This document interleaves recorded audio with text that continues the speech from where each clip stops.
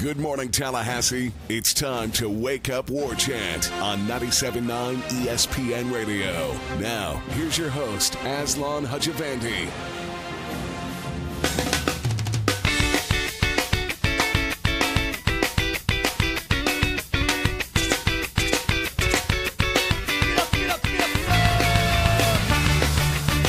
Good morning. Welcome into Wake Up Warchant on this Tuesday. Thanks so much for being here. I'm Aslan Hajavandi, Director of Digital Media for Warchant.com. Joined as always by Senior Writer for Warchant.com, Corey Clark. Corey, how are you, man? I'm good, buddy. Wake up, everyone. Wake up. It's time. Quit being lazy. Get out of bed. It's like 6:01. What are you doing with your life? Get up. You know who woke up is the football team. They're out there practicing. Yesterday was the... What do they call the chase? The chase, not mat drills, which were famous here for decades. Not mat drills. And not, what do we call them after that? Fourth quarter drills. Not fourth quarter drills. The chase. The chase. The chase for the cup. The chase for the trophy. The chase for the crystal. I wish it was the crystal. Why not the crystal anymore? What is it now? It's some just finagly stupid trophy. It looks stupid. It's just a stupid trophy. The chase to avoid Shreveport. Yeah, there we go. That's There's a good the one. Rallying cry. Do not go back to the Shreve. Do not go back to the Shreve. Do go back to any of the three great properties for the table represents over in College Town, Central Township, Madison Social, all three. You cannot go wrong. We assure you of that.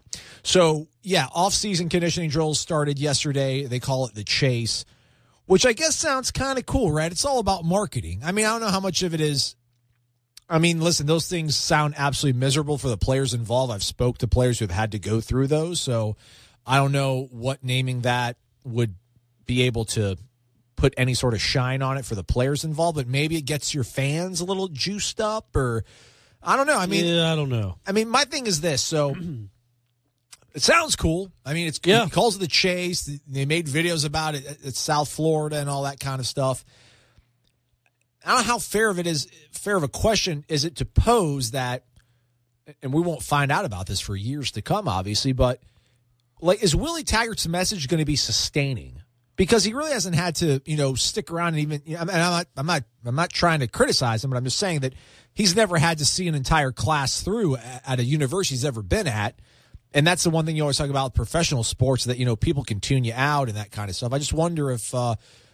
I feel like, what we've seen so far, whether it's social media or in the limited time that we've heard from him on the podium at certain events, he's got some fresh ideas.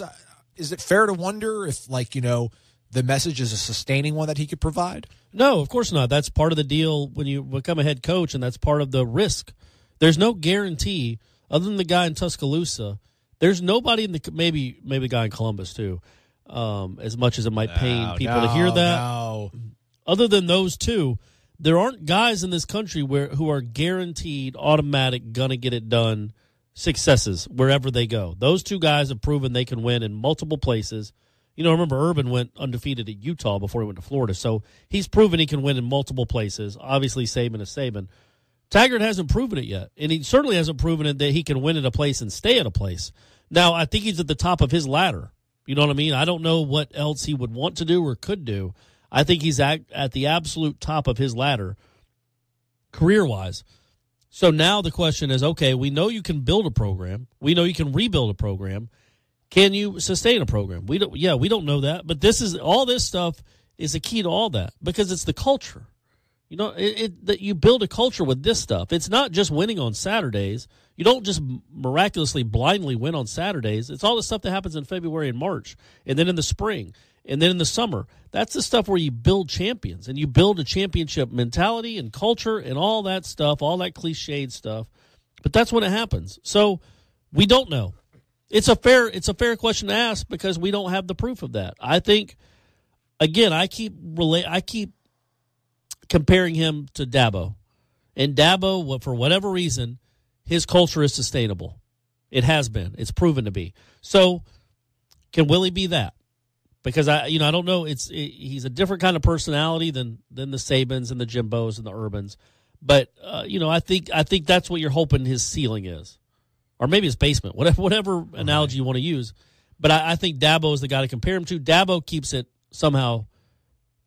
thing going, keeps that culture there, and sustains it. So Willie certainly can, but we don't know yet if that's going to happen here. This is a fan base that, by and large, has only had to really deal with two coaches. I mean, I know there's obviously folks that dealt with Daryl Mudra and with Coach Bill Peterson around the time. Yeah. So Larry Jones. It's something you don't want to have to start this churn that kind of happens. What I kind of wonder is, 15 years ago, you hire a football coach, probably on your list of wants, your list of needs, if you're an AD or a president, you probably want some guy who's in it for the long haul. And I do think Willie Taggart, like you said, he's at the top of his ladder. He's fine and content here. When people make coaching hires these days, do they look at guys in terms of, like, is this a guy that we can just hire and then not have to worry about for 15, a guy that's going to grow old with us? Yeah, I think it depends on the place you're at. I think Florida State obviously is a place where you're not a stepping stone. This is it. You've gotten across the creek. You're on the other side. That's Florida State. A place like, say, I don't know, North Carolina, NC State, Boston, a lot of other schools in the ACC are stepping stones. They're, if Dave Doran was 10-2, 10-2, and 10-2 at NC State the last 3 years, well, he might be who knows where he might be, Tennessee now, or he was on Tennessee's short list. LSU, Texas A&M, who knows? And by short list, I mean he was probably option number 11. Option number 11, yeah. 14 they got to 10. Yeah, they got to 10 and finally found one. I think I don't think they hired Willie Taggart thinking, okay, best case scenario, he's here for 7 or 8 years and then he's out. I think they're thinking pie in the, and it might be pie in the sky. Maybe it's just not all that doable anymore. But again, I don't know where, unless he wants to go coach in the NFL, and he struck me as a guy that really likes building the relationships with young people, that he wants to be a college football head coach. And he says this is his dream job, and I do believe him. The people in Oregon probably don't, but I believe him that this is his dream job. He grew up in this state. He grew up cheering for Florida State. He was good friends with Peter Warrick. So this is his dream job, and I think they hired him knowing that, okay, if he gets this thing rolling, he's not going to want to leave. This is where he wants to be. So, yeah, I think that as an administrator at a place like Florida State in football, you think that they're going to be here for the long haul. I just think that's the reality of this place. And in other sports, well, I was going to say basketball, but he's been here 17 years. The baseball coach has been here since the 1880s. So there's not a lot of turnover in those three sports, but I think that's how Florida State is kind of structured and how that's just what they're used to. You don't even the golf coach has been here forever. The softball coach, she's like one of the new ones, and she's been here almost a decade now. They're just Florida State. There's not much turnover. It is typically a destination university, destination job within an athletic department. Yeah, and the ties obviously geographically that he has, being a Florida native, and he grew up. We hear that he grew up wanting to come to Florida State and running around town with a white T-shirt with a Sharpie marker, number 2 written on it because he thought it was Dion and that kind of stuff. It's just one of those weird things where, all this stuff, and especially, relatively speaking, where this program just came from in terms of the way Jimbo Fisher handled things, especially in the final year. And now you got, this re-energized sort of vibe and feel, and everything's getting like these new names. You just, there was a little video snippet of him out there, and I don't know, he just said something like, the chase, it begins today. Woo! Like a little 4-second clip, and you're like, man, this is the head football coach at Florida State University right now. A little bit different. Just a touch. A little bit different. Just a touch. We don't talk about the old guy that much, or we try not to. Obviously, I know we will later in the show, but yeah, it's worlds different. It's worlds different. We don't know if it's worlds better. How could we? We can't. We'll see. The proof is in what happens on Saturdays in the fall, but it's worlds different. And I think it's a refreshing change. And I do think that one of the reasons that they were so in love with this hire, not just Florida State fans, but the administration, is because they do think he isn't a guy that's going to be wooed by another job. He wants to be here for the long haul. I'm sure in his heart of hearts right now, if you told Willie Taggart you can be at Florida State for the next 25 years, he'd take it in a heartbeat. Now, that's a lot of stress, and I don't know if I wouldn't recommend anybody to be a Division I head football coach for 25 years, but this is a great place to coach because when you can recruit, and heaven knows he can recruit, they're going to have a ton of people, ton of players here, and I think that was part of the appeal for him is they know he's not – I don't think they think he's a guy that's looking to always improve his status. Now, it's happened, really quick. It's like his fourth school in 7 years. Things happen, But you also understand those steps. All those steps make sense. South Florida to Oregon makes sense. And see, especially when you don't know that Florida State is going to come open ever. Think about where he was last year when he took that Oregon job in South Florida. Florida State probably is his dream job, but he's got to be thinking, man, Jimbo's won 10 games for 5 straight years in a national title. There's no way that job is coming open. I can't hold out hoping that he gets. There's 70,000 photos of the president hugging him on the field after games. There's no chance that job ever comes open in his working lifetime. And so you go take Oregon at that chance. And then when it did open up, you have to jump at it because you might not ever get another chance at Florida State. Excuse me. So I think they think he loves this place so much. He's so excited to be here that there's a very real chance he could be here for a decade or two, which is very appealing when you're making – because hiring a football coach is tough. It is. They don't want to keep doing it every other year. Sustainability, it's a question that we need to ponder and ask ourselves. We'll continue that discussion right after this on ESPN 97.9. It's Wake Up Warchant. Darn pop-ups and video ads. Are you wasting your time again on clickbait FSU updates that are bloated down with ads? Yeah. And after crashing my computer, the information isn't even up to date. You're on Warchant.com. What's really going on with the Seminoles? For the real scoop, you'll need to get your own Warchant subscription. What's it cost? Free. There's a 30-day trial offer right now. You know I like free. Sign me up. Use the promo code WARCHANT30. That's WARCHANT30. Nobody has more accurate and timely information on the Noles than Warchant.com. Warchant.com, your ultimate Seminole source.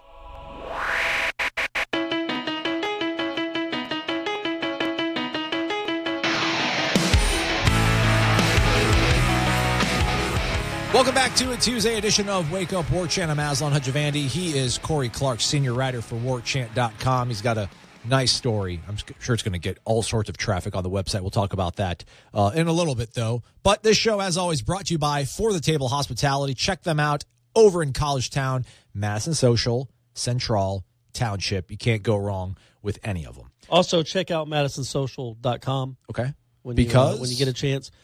Just donating to a good cause if you feel so inclined. So just go there. It's a good cause. Okay. If you have the chance, if you have the money, donate. You'll get a cool shirt. Okay. All right. So leave them hanging. Leave them hanging. Hey, find out. It's just yourself. A good cause. It's just a good check cause. it out. If Corey Clark says it's a good cause. It's a worthy cause. Dadgummit, it's a great cause. Worthy cause, and it's a very nice thing. You're not getting all political on me, are you, Corey? Nope. You're not getting all political. Nope. It's Wake Up Warchant, not Wake Up the Chambers of the Congress or whatever. Sure. Anyhow, by the way, I was a political science major. I got lost on the way to law school. I'm supposed to be the political one on here. I'm the brown guy. Yeah. There's more money in this racket, though, huh? Than politics. Living large. Yeah. You should have seen what I had for dinner last night, man. Just the finest of meats sure, and cheeses. I bet. All right, so sustainability, we're talking about it. Willie Taggart, his message, his coaching style, all that kind of stuff. But more so, this is my question, Corey, and I don't know if we're too close to it, because to us it all makes sense. It makes sense that this is a dream job, destination job for Willie Taggart. Some people might say, well, listen, he's a job hopper, habitual, job stepper, whatever. I believe it's a destination job for him. 25 years, you put a number on it. Like if you could tell him right now, listen, Willie, you'll be here for 25 years. You think, yeah, sign me up. I'm down for that. Is there any middle ground? Is there any middle ground to being the head football coach of Florida State? Is it a universal thing? Like Willie's either going to do really well and he's going to recruit really well and he's going to win 11 games here and there. He's going to win an ACC championship. He's going to get them in the playoff once every 3-4 years. Or this is not going to work out, right? This isn't. I don't know if I don't know if it's particular to Willie and his message and his style, or if it's just the nature of football at Florida State. You're not going to go 8-5, 8-5, 10-3, 8-5, 10-3, and then and do that for 15 years, right? No, of course not. That's not in the play here. He could go 10-3 for a lifetime, but you go 10-3, 8-5, 8-5. I mean, the next year you come back and you're only 9-4, 13 losses in 3 years. It's a hard sell. It's just a hard sell. And then 17-4. That's not what people around here are used to. Quite frankly, that's not what they should ever get used to. So no, I think if he wins 10 games a year, sure, he can stay here. as long as you're in the, you give yourself enough chances, get yourself in a playoff every now and again, and always be relevant.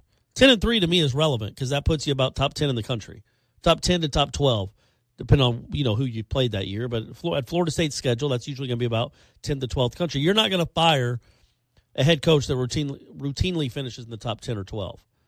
A couple of 5-loss seasons, man, then, you're starting to question things, especially early. You're afforded one of those every now and again. The Bowden days are over. You're not going 14 straight years of top 5 finishes. Florida State fans are smart enough now to realize that. Are we, though? Yes, I do think so. Jimbo wasn't going to get fired this year. But people were talking about going into the season. Is Jimbo Fisher on the hot seat? He would have been on the hot seat next year if you go 5-6. Obviously, but if Florida State goes 8-5 this past season, going into 2017, people were of the belief that this could be make or break year for him.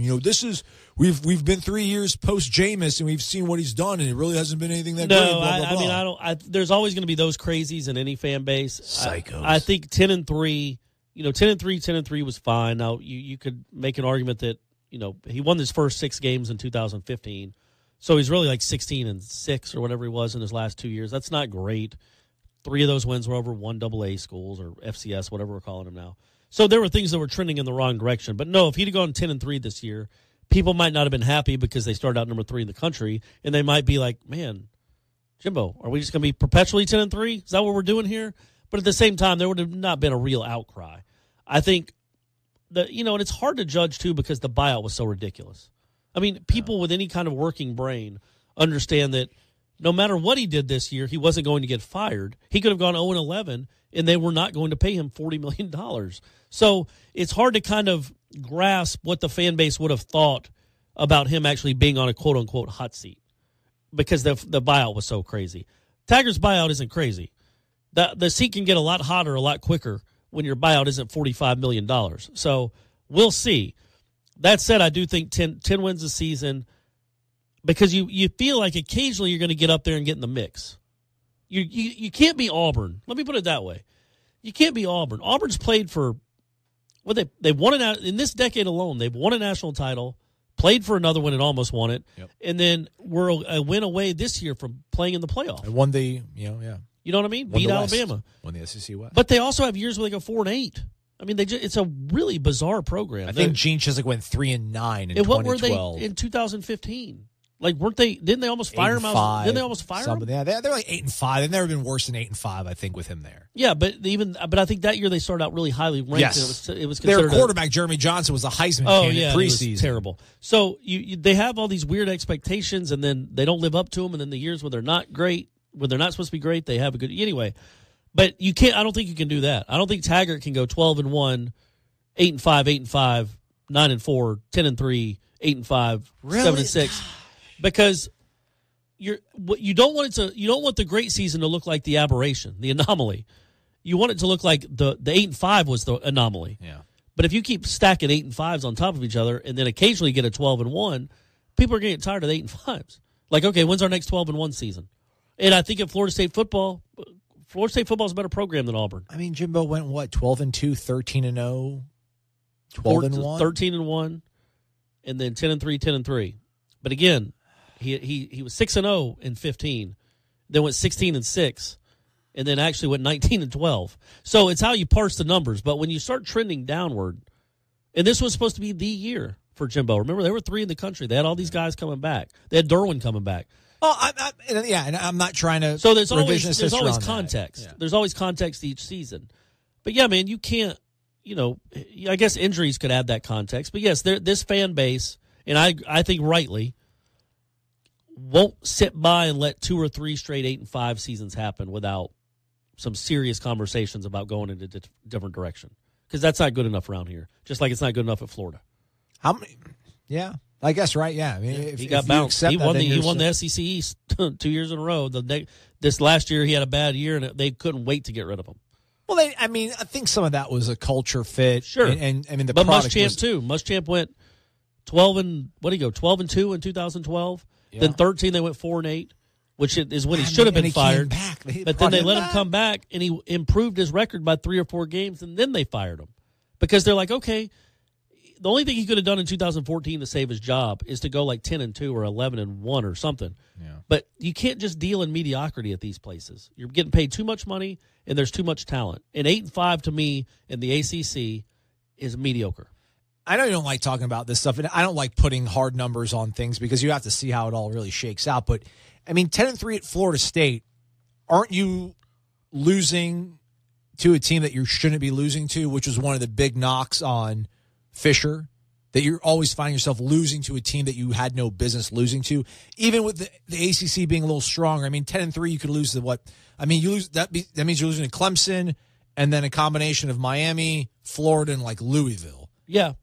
It's weird with Jimbo, man, because when you think about those 10-3s, yes, he shouldn't have lost to Georgia Tech. That was their only win of the season. It was a block field. It was just madness. Well, they had played terribly that game. Travis Rudolph had maybe the worst game a college receiver's ever had. He dropped a touchdown and then dropped another touchdown and handed it to the Georgia Tech guy for an interception in the end zone. I mean, it was terrible. I was there. I was actually in Bobby Dott's stand for that game. But Jimbo wasn't going to get a lot of grief for that one because his team had just won how many straight conference games? I mean, they had just won like 33 of their last 34 games or whatever it was.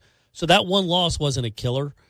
And then, I don't even, who'd they lose to out the rest of that year? What did happen? I can't remember how 2015. I remember that game obviously, which was horrible, and then I can't even remember the other loss in 2015. Who the heck did they lose to? They beat Florida because they always beat Florida. They beat Miami because they always beat Miami. Yeah. They had a lose. They lost a couple games they shouldn't have lost to. Look it up. You're looking up. They're yelling at us right now. You idiot! How do you not know this? All of Jimbo's losses. Give me your job, you moron. So they had 2 conference losses. I'm scrolling. Clemson. Yes, Clemson correct. At Clemson. And then Houston, the bowl game. So all those were like, okay, well, yeah, the Clemson game you expected them to lose, but even that they played really and they could close. have won that. That was the 4th and 1. Dalvin's really kind of got stuffed. Smag threw a terrible interception in the first half in the red zone that would have, coming off a turnover. I feel like Clemson was really kind of rattled in that game, and they gave them life. And then the Houston game, it's like, okay, well, it's a bowl game, but they still got to a New Year's Six game. Fine, that's not a bad year for the season after Jameis. 2016, more eyebrows were raised because there was some pretty ridiculous losses, pretty ridiculous efforts. Not even just to lose to Louisville. That was North terrible. Carolina. And losing to North Carolina, getting down 21-0 in that game was preposterous. So again, I think there's context involved, but I just don't think. Willie Taggart, everybody's in love with him now. We all are, but he's not going to get a huge benefit of the doubt. He hadn't won a championship at this school. If you go 8-5, you're 16-10 after 2 seasons. You better win in the third. This is going to sound rude. I don't mean it this way. This isn't Florida State basketball. Above average isn't good enough at Florida State. It needs to be good, and you need to be great because you have a ton of resources and a ton of talent and a fan base that cares.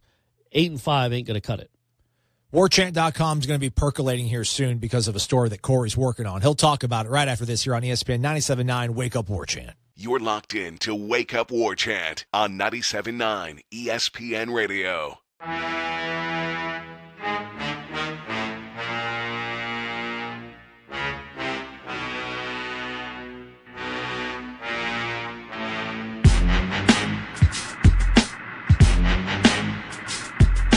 It's Wake Up Warchant here on ESPN 97.9 Tallahassee, brought to you by For the Table Hospitality, Central Township, Madison Social. All 3 of those are great places to go, and I highly recommend you do so. Don't forget free parking on the 1st and 2nd floors of the Collegetown parking garage, Monday through Friday.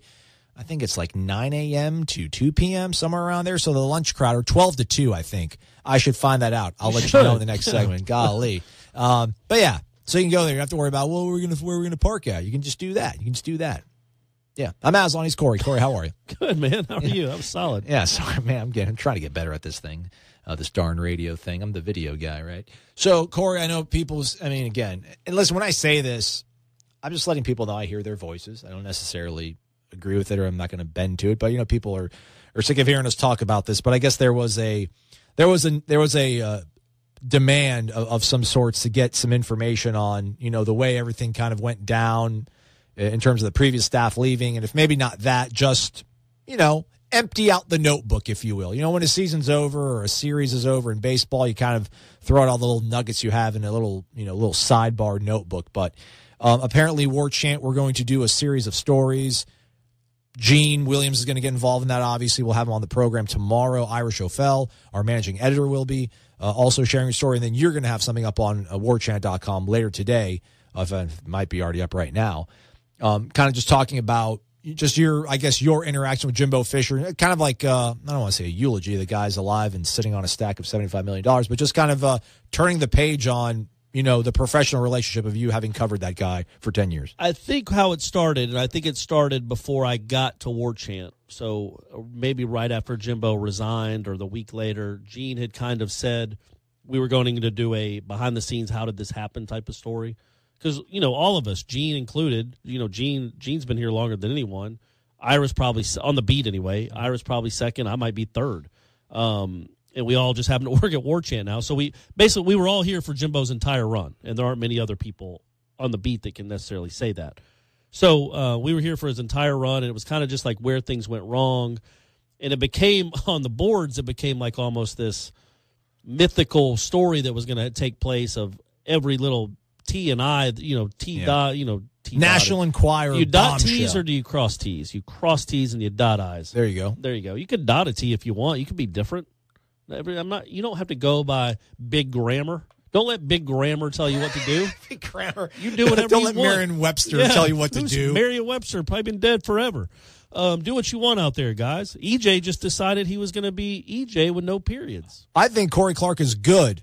Yeah, there you go. There you go. Sure. So I think the people on the board were expecting this tell-all, like you said, National Enquirer type story. Well, it's not going to be that, but what Gene asked me to do and what Ira to do and what he's going to do is kind of give maybe the good and the bad of Jimbo, because people have been asking for it on the boards, kind of some behind-the-scenes stuff of what it was like the last 10 or 11 years. And obviously it would have been really hard to do while he was here because you wouldn't have wanted to completely burn that bridge. But that bridge was napalmed back in December, so we don't have to really worry about that anymore. So we did, and I wrote about, and it's not all negative. I wrote, I was kind of tasked, we're like, hey, good positives and negatives of your dealings with Jimbo, because there were both.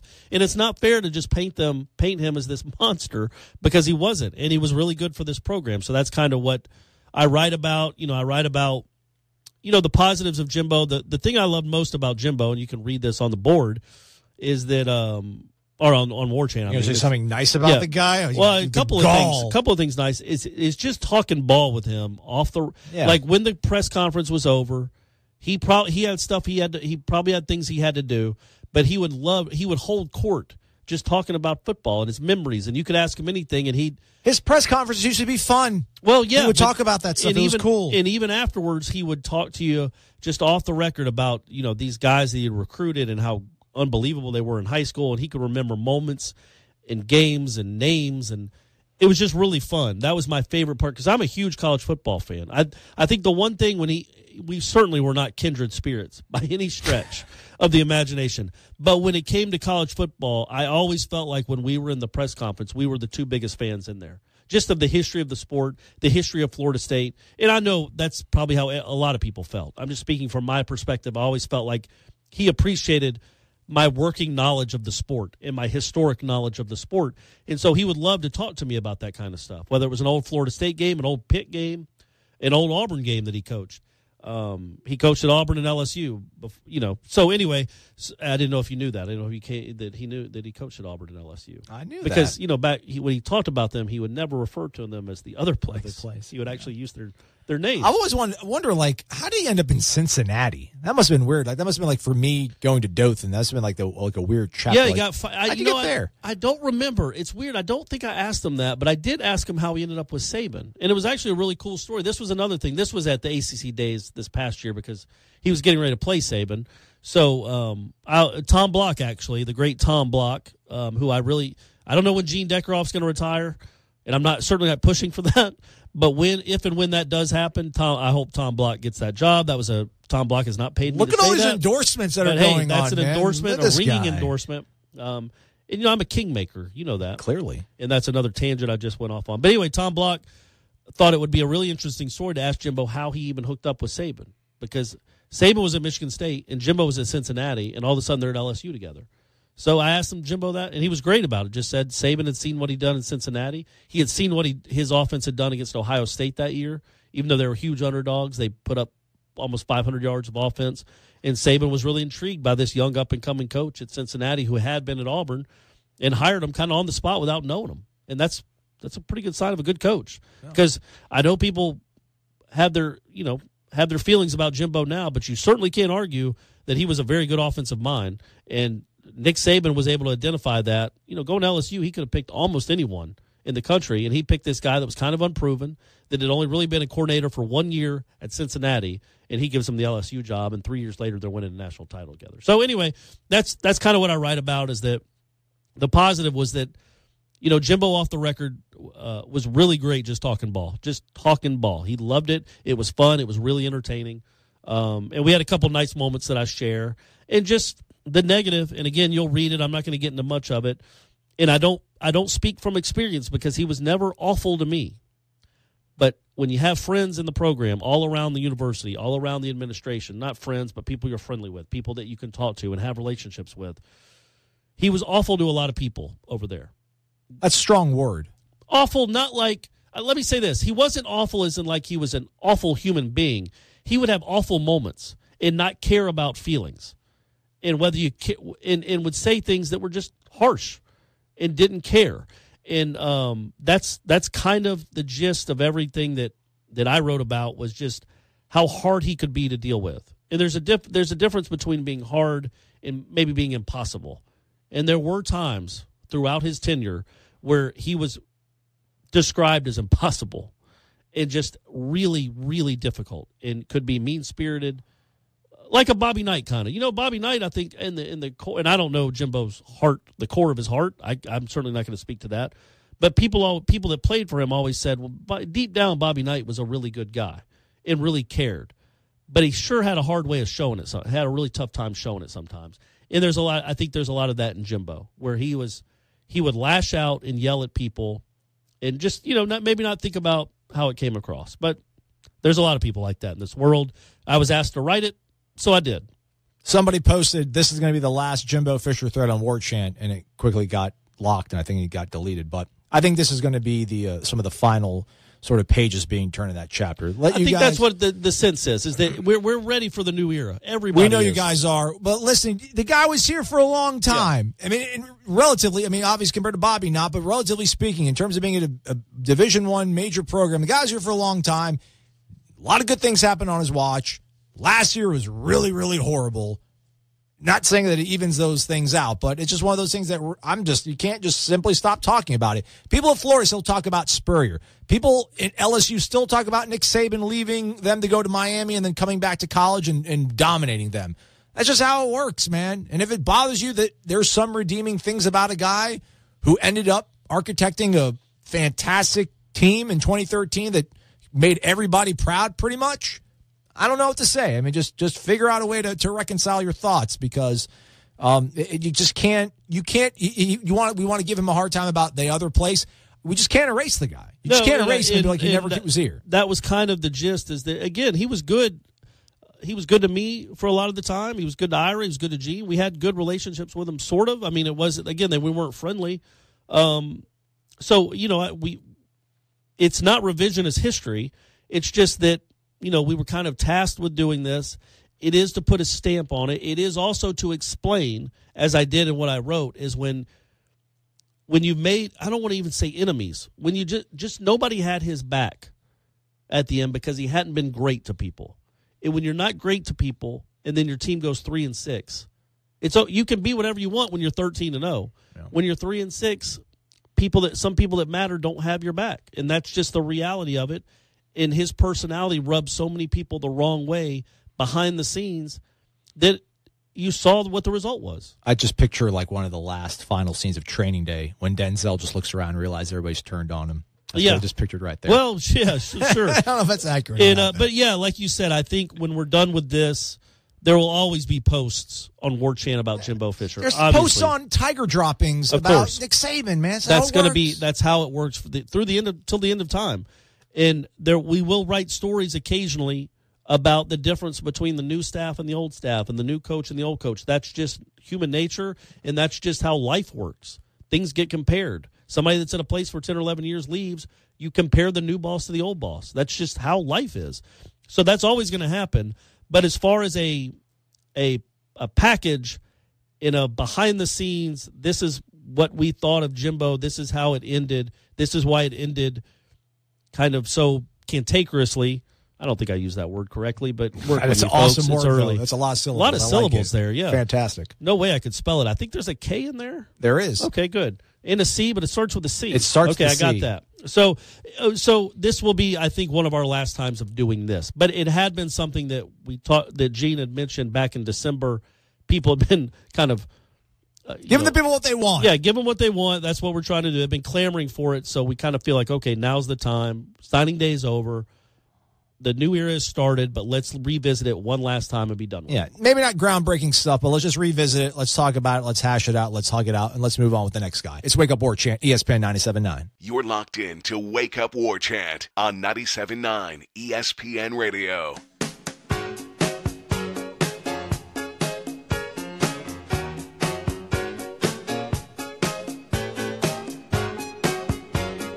Oh, you've made it this far. You can surely hang in there for about 10 more minutes. Wrapping the show up on this Tuesday. Thanks so much for being here. I'm Aslan. He's Corey. This is Wake Up Warchant, ESPN 97.9 in Tallahassee.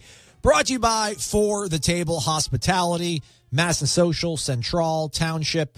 They're all there over in College Town. Visit them, drink, be merry, eat. Well, None of them are probably open. They're probably not open right now. Not right now. I'm not saying go right this minute. I'm just saying live your life. Find a way to incorporate those three places into your life at some point. What's the earliest you've ever gone to a restaurant? Drunk a beer? Man. Earliest time of day?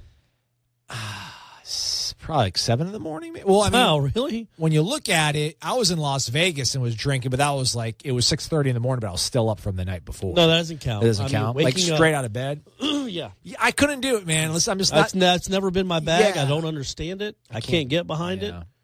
I don't get it. That's why noon games are the worst. Well, they say, though, you can't drink all day if you don't start in the morning. Well, good point. But, I'm just not built that way. Was that Aristotle who said that? I think it was Socrates. Was it Socrates? Yeah. Sure. Yeah, so I mean, I remember I lived in Indian Village, and then we had a couple nooners. Like Miami was a nooner in 2003, and that was the first time both programs had been in the top 10 since, That was a pretty day. Yeah. Oh, golly, that was horrendous. I got so sick that day from, like, being out in that cold rain. It was horrible, but... Yeah, I was like, kegs and eggs. Hey, everybody come over like 7 o'clock in the morning. We'll start it up. And I just remember waking up and everyone's like, come on, drink a beer. I'm like, dude, get away. I'm like, not now. Like, I got to just give it like, let me get centered. Let me get grounded.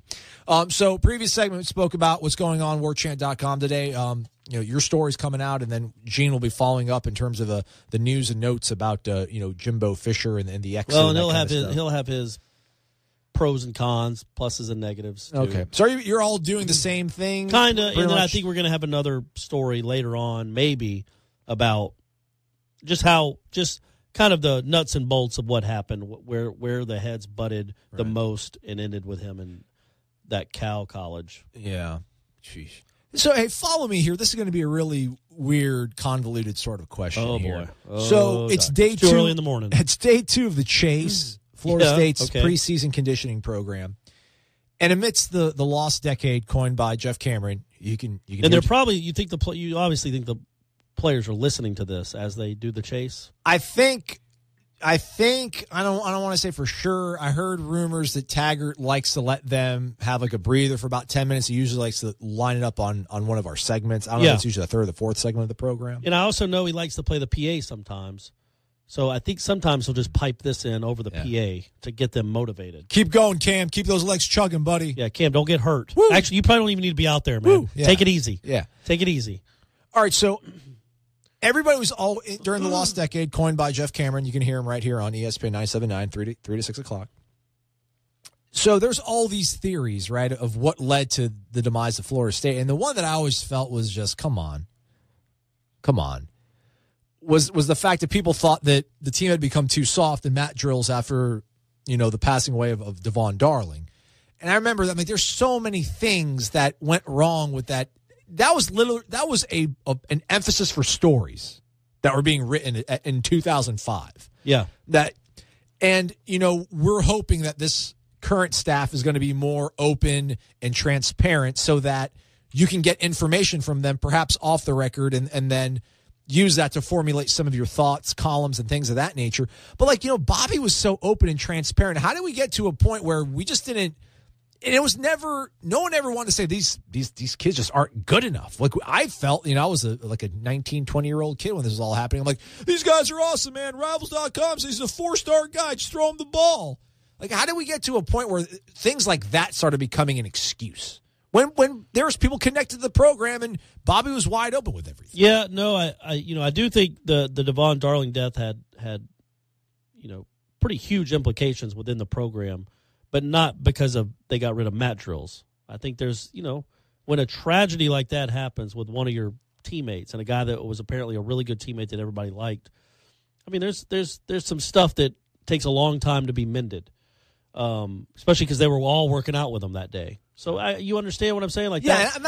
I'm not diminishing obviously. Yeah, the absolute loss and horror. But as far as what you're saying, yeah, I mean, I think people were kind of lying to themselves a little bit. I also think we were more in the infancy stages of rankings for recruits, and I think some of that was pushed. Maybe rankings would be affected depending on who offered and what school someone committed to. In a place like Florida State, which has a huge fan interest and recruiting can really drive viewership and readership, maybe having a kid that's really a 2.5 star, ranked a 4-star, will get people more excited about recruiting, get more subscribers, whatever. And it worked for both of them. Like Scout, there wasn't 247 at the time, but Scout was the same way. I think that's just natural. Now I think it's much more scientific, quote unquote. Yeah, but he's using air quotes, everybody. Yeah, but I do think that there's much more thought put into those rankings and where people are listed and all that, and I don't think there's nearly as many misses. But you look at somebody like Todrick Burdell or Jocelyn Shaw, there you go. Yeah, the trio from Texas. I think they were all 4 stars. Russell Ball, Corey Mangum, and Clarence Ward. Yes. I think they were all 4 stars, or at least a couple of them were. Mangum, I think, was 3. I think Ball and Ward were 4. Man, none of those. Ward might have been 3. Those guys weren't. Those guys weren't Florida State players. They weren't Florida State caliber players, any of them. Maybe Ball was. The Lamarck Trio. The Lamarck Trio, man. They spent all that money to get those 3 guys from Texas. How many good players did they fly over to land near Lamarck, Texas to go bring those 3 over? But I think it was more, the players weren't as good as they were being billed, obviously. And they obviously didn't develop well. They weren't coached all that well. And they didn't evaluate. Even the good guy, some guys that were touted to be pretty high, highly ranked kids weren't good enough as it turned out to be at Florida State. Yeah, they're still churning out a first-round pick here and there, but I feel like those guys were never the lone 5-star or anything like that, I mean, they had a run there where they didn't, I think there was one year where Everett Brown was the only player drafted off the whole team. Yeah. He was a second-rounder. I mean, the cupboard was completely bare. And he didn't stay around. No, he was a nice college player, but he certainly didn't become an NFL star. And that was the only guy that was drafted for an entire year. A place like Florida State almost went completely draftless. That's where it goes wrong. And that didn't have anything to do with recruiting rankings. They just missed on a bunch of kids, and then they weren't developed because Florida State should never do that. Rapid fire stuff as we wind up the Tuesday program, let's do it. Corey. Florida State basketball men, they're ranked 25th now. AP. How about that? Do you have a vote in that stuff? No. I would never do something like that. I vote in the Heisman. That's the only cool thing I do. Yeah, you still got that vote? Yeah, I still got that. Hang on to that one. Oh, That's of course. Never cool. going to want to lose that. Heck yeah. That's going to be a story someday. I want to hear your thoughts on that. How you got it, actually. Don't say it now. I don't want to spoil it. So that's pretty cool. So they're ranked 25th. Feel good about that, right? Well, no, I don't think it matters at all. They need to win. They're playing. They need to win one of the last 3. They got 2 road games. They're going to be tough.